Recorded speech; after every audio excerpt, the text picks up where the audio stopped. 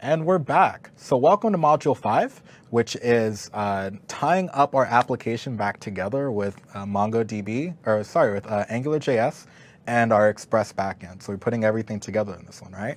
That's right. And let's just take a couple of moments to actually go through and make those API calls and get a reminder what the backend looks like. Yeah, so in the last module, I guess we didn't actually fully get working this little arrow on our box.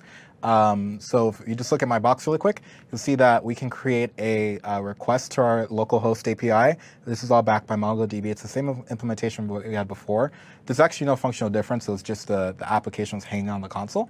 So here we can grab the API post. We're already authenticated.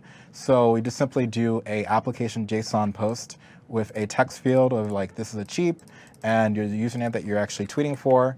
And we can just do like, this is a cheap 2, for example. Send that. We get a response of the object that we sent, which was, hey, this is API cheap number 2. And if we do a get, we'll get all the cheaps that are in the database, which is, see, this is API cheap, this is API cheap 2. And we know the user that cheaped for it, so we can actually front that with the front-end database. And we could start tying everything together. So pretty exciting, right? Yeah, it is. So let's start off by actually putting in our Angular views, or putting our Angular views, right, into actually our server. So we're going to go in and we're going to actually go through to this Module 5 start folder. So this is pretty much what Stephen left us off with last time, with some minor changes that I'm going to show you now. So in the beginning of the module, Stephen actually went through and, sorry, I'm going to close all of these so you're not distracted by them. And so Stephen actually went through in the beginning of this module, and this is module 2. I want module 5. I'm just going to minimize these. He went through and he actually deleted the routes.index here and also this. I just went back and I added in one tiny route. I kept it separate from his, to keep things pretty clearly delineated. And what it basically does is it gets our home page at just basically the root. How does it know that it should use that route? Like when we start up the application? Well, when we start up, you mean when we're starting up the application, how does it know to basically go to here? Yeah. Yeah. So that's a really good question. You'll see in our app.js that we're basically saying, so we're routing this like we're routing anything else that we've done before, except all we're doing is we're saying, hey, just go to this thing here. Oh, so because it's at the root. Exactly. So if I go to www.awesomechirpapp.com, yeah, that's where it'll load. Yeah, exactly. And all we're doing is we're saying, hey, if you're going to the root, so you'll notice we don't have any sort of parameters either side of that, then we'll just automatically get this index.ejs that we have in our views folder. And that's something, we're in the completed folder. We want to be in the start folder. And that's something that is just, I just generated. It's a really plain HTML page. So right now, if we actually go through and we run our application with npm start, we can go to our localhost 3000, and it will just display that tiny hello page. So in this case, we're just making, like, at first, an extremely simple front end that just says nothing except hello, and it's, as you could tell, not actually an Angular app. Now we're actually going to start porting over sort of our Angular features in. And before we start doing that, we're going to make a single page application. So when we last left off, I'm going to now go into our just module 2. We had a couple of folders. We had, the login we had a login page, a main page, and a register.html. And all we're going to do right now is we're going to start pulling these into our other app. Oh, I'm also in the wrong folder here. I started hesitating because I was like, this is not what I left off with. Yeah. Yeah, OK. So here. So we left off with this. And we actually left off with some, just nice but separate pages. And now what we want to do is we want to make them into a single page application. You can, again, follow along in the README for Module 5. Actually, no. This was back in Module 2 because we're still leaving off with the single page application stuff. So if you get confused, like I just did, and you want to know more about the routing and creating a single page application, go to the end of Module 2. So we didn't finish up what we needed in module 2. So we're finishing up just a single page part and continuing with the routing and putting everything together. Yeah, exactly. So what we're going to do is we're basically going to do some of that front-end routing. And we're going to start creating an app with multiple views. In order to do that, we're going to use the ng route module. And we're going to basically detect the URL that a user is on and display an appropriate template on the page without actually navigating. Although it'll look like we're navigating because it'll change the URL on the page. So the first thing we need to do is actually to create some partials of the page. So whereas before we had 3 separate pages that we'd render separately, and they all had to call out and get the JavaScript sources and the CSS style sheets, now we're only going to make a tiny partial of the page that only contains basically the snippet of that page that is the most relevant and does that purpose. So for the login registration pages, for example, that would just be purely the form and nothing else. So let's actually go through and create our partials. Creating partials is actually pretty simple because all you're doing is you're stripping away the stuff that you have. So I'm actually going to, in order to run this, I'm actually just going to copy these into the public folder of our module 5. I'm going to really quickly make sure and check that I'm in the directory that I want to be in. Yep, desktop, start. And I'm going to just paste all the files that we created before in module 2 into the public folder for now. And this is also how we're going to start actually hosting our application. So once we have all these files, let's go through and actually edit each one. In start, in public, you'll see we have these 3 files here. And what we're going to do is we should just start stripping this stuff away. We're going to strip away basically everything that's up here and everything that's down here until we're left only with the form. And you might have noticed that we're actually also even taking away that controller part. Yeah. We'll get to that in a little bit. We're going to do the same for our main. I'm going to strip away everything here, and I know I'm going to miss one div here or there. You can check. Some line will match them for if you just look at. Yeah. I think you're missing one there. 2, yeah. One more. Actually, you know what? I don't even think I need this.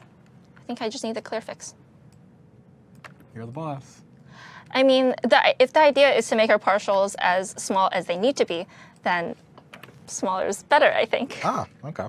Makes sense. Yeah, and I'm going to also strip away this for the register page. Now, before I just go ahead and delete all these, I'm actually going to go and create basically a base template page. And in this base template page, I'm going to need to require all the scripts again. So instead of deleting them as a whole, I'm actually going to just copy them in here. Actually, I'm going to copy this entire thing. I'm going to paste it in here for now, and I'm just going to delete the form part of it, or this entire middle div. And in login, and then in register, I am going to strip away everything except for the form.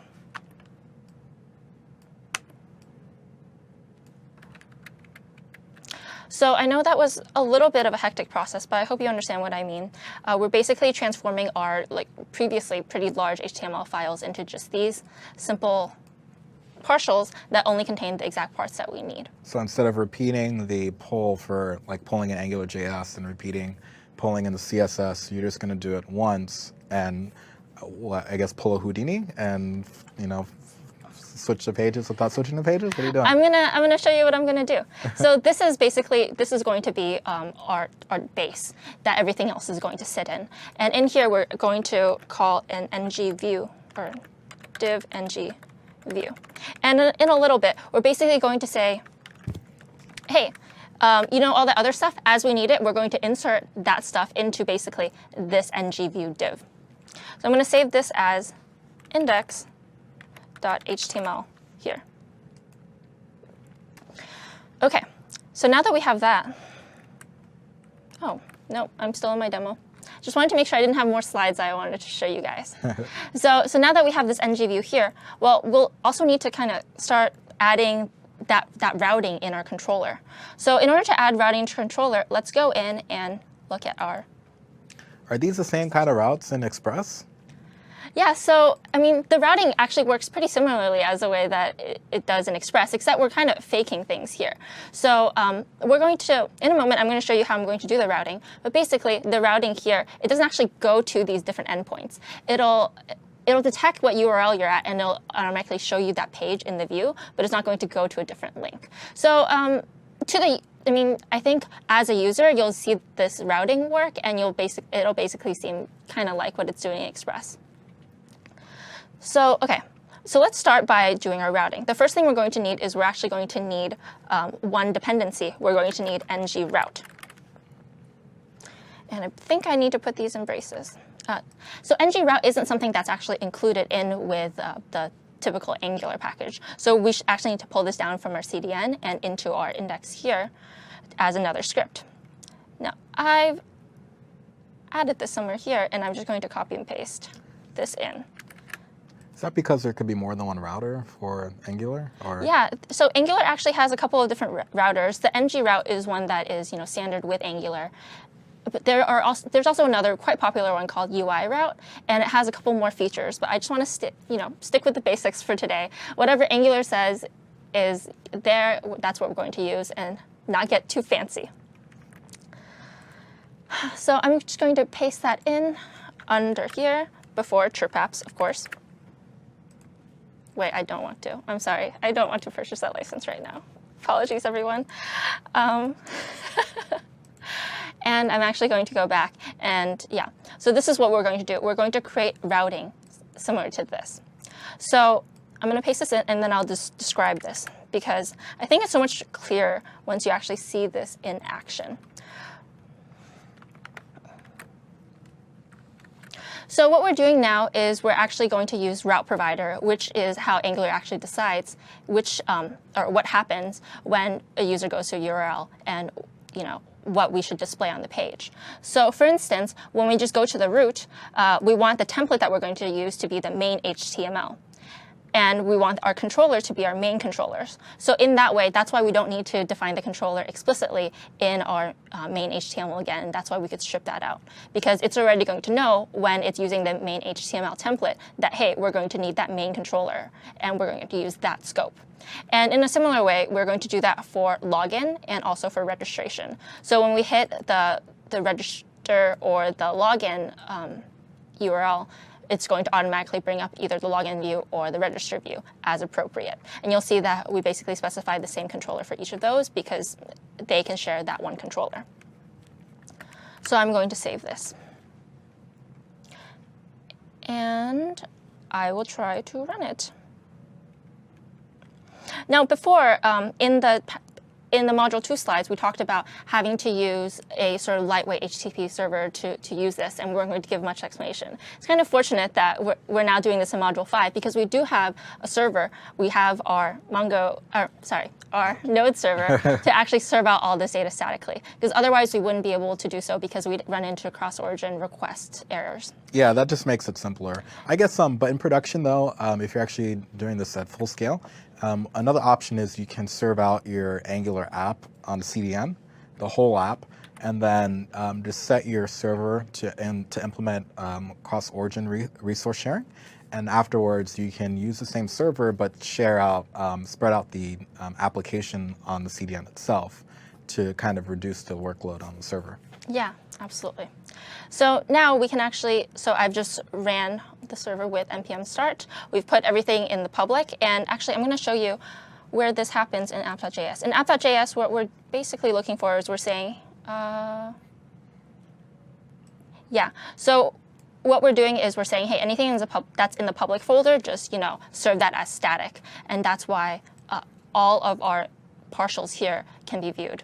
That's that middleware magic. Yep. So now when we run localhost, this bodes not well for us. Is it? You can try hitting the up button on. I hit the issue. I think it's the same issue I hit before. If you go to your Mongo, not your Mongo, your other window, the Node one, hit up. Yeah. Okay. Yeah, that's the same issue we had last time too. I'm not exactly sure why the PowerShell is doing that to us. Yeah. But hey, I'm glad we can fix it now. Okay, you'll see that this is really wide, and that's because I actually took off some of the styling. So I'm actually going to add that back into the index. Luckily, I have our original styling that I know we want to use. And what we're basically missing is we were missing that column in the middle because that's what determined that form's size. I'm going to copy this. I'm going to use it in our index. And I'm just going to say, hey, make all of our content. So everything, ng view will be all the subviews that we have, and they'll all be aligned by this. They'll all have the CSS applied to it. So every view will have the CSS applied to it. Yeah, exactly. Because ngView is only going to be in here. So this, for those of you who aren't familiar with Bootstrap, this is basically just going to, make the content of our page be in the middle of the page and with some slight border on each side. So I'm going to run this again, and you can see this works pretty much like before. We can type in something here, say hello, chirp, and that posts. Say hello again. Wait, no, that would mean my name is hello. Chirp, and it works just as before, except now you can see we're actually serving this on localhost. We still don't have a way, though, to actually get to our login and register views. So let's take a moment and actually build that out real quick. I believe I have added the navigation just as a nice little component here. I'm going to drag this in because this is just a lot of styling to have to type in. And I trust that you guys know front-end styling quite well. So I'm going to actually just use a nav element from Bootstrap. And it's going to just make the nav bar be on the top of the page like you've seen before. You can see here I've made one link, which is also our sort of brand image. It just says chirp. That'll lead us to the root of the site. And then we'll also have a login page. We'll also have a login and register link. So everything on index.html is what appears on every page. Yeah, exactly. So index.html is going to be the root page that we access here. And I think it makes more sense once you actually see it in action like this. Because no matter where we go now from here, that index.html is always going to be there, and we're always at index.html. And even when we navigate to these different links, you can see that our URL is changing. But if you actually look at the requests that we're making to the server, we're only basically getting these partial views and rendering them where we set ngView. So now that we have that done and we actually see the files, we should probably make calls for API. Because even though this is technically on the server, we're still getting just basically that array of data, and every time you refresh the page, it goes away. So let's actually start calling the APIs that Steven has so graciously made for us. No, I toiled over them. You really did. That was 2 modules worth of API creation. I mean, I would be angry if I were you, if I didn't use these. So OK, we'll exit out of these for now, because again, we've pretty much made the boilerplate placeholder functions for everything. So let's start, what should we start with? Let's start with actually getting authentication. Yeah, because you need to auth before we can do anything. Yeah, so we'll need some authentication to actually start getting the APIs. And for that, I have some slides.